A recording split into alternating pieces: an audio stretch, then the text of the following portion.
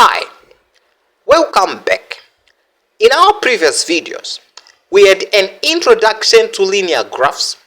We considered the Cartesian plane, an environment in which the linear graphs will be living in, and we also considered y is equals to mx plus c as the model or a relationship that governs how the linear graph will look like in terms of its orientation and together with its position in the Cartesian plane.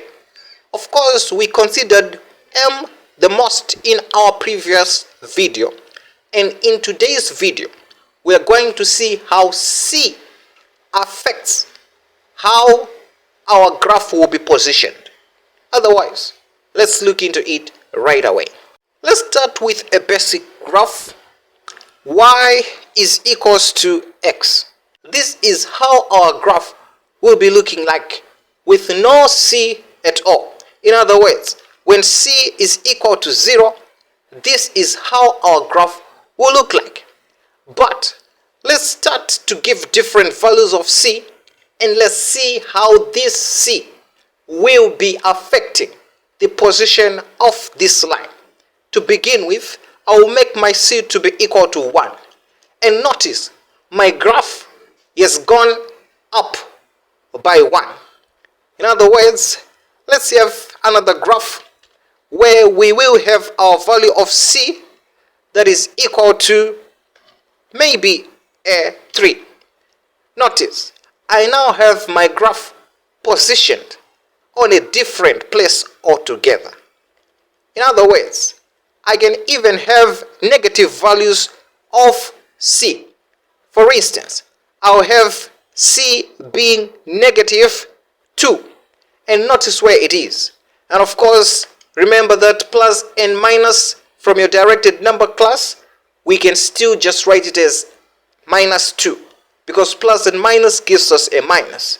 And there we'll have it. If I make it a negative 3, you can see that my graph is going to go down by 3 steps. It's no doubt that if I put a 4, I should expect it to have even a step down. If I make it a negative 5, it will continuously go down. And ladies and gentlemen, this is how the C value affects the position of my graph. It can shift it upwards or downwards. Matter of fact, it is called the vertical shift. It can shift our graph vertically, either pushing it up if it's a positive, or shifting it downwards if it's a negative. And of course, we can have a combination of these.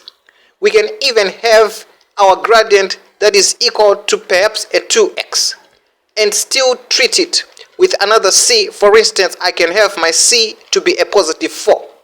And notice, I'll just have a graph with a gradient of 2. But this time around, shifted 4 steps upwards. This is it, ladies and gentlemen. We have been able to learn a lot. We started with just a graph that was y is equals to x, and which was just looking like that.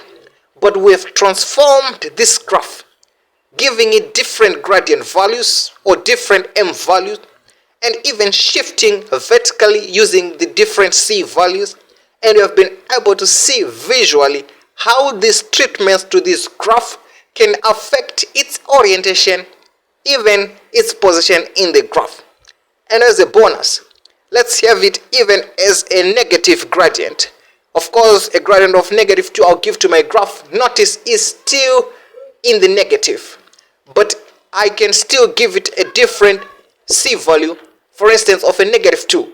It will still shift it 2 steps downwards. I hope you found this interesting.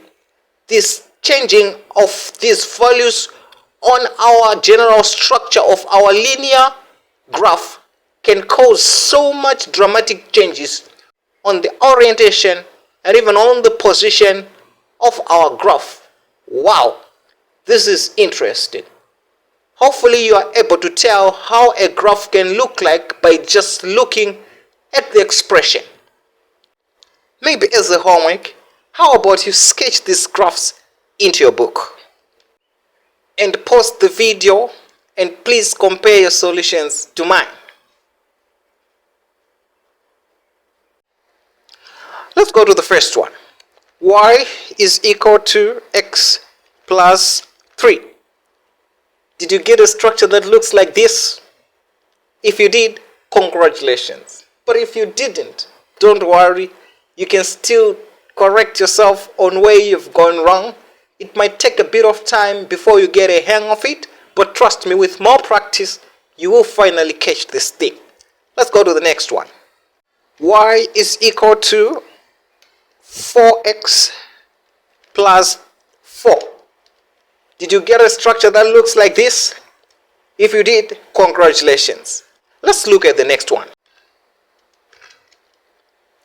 Did you get a structure that looks like this? If you did, congratulations. Let's look at the next one. Did you get a structure that looks like this? If you also did, congratulations. Ladies and gentlemen, these are linear graphs. We have been able to understand how they look like, where they live, and the treatments we can give to them, and the effects of those treatments on our linear graphs.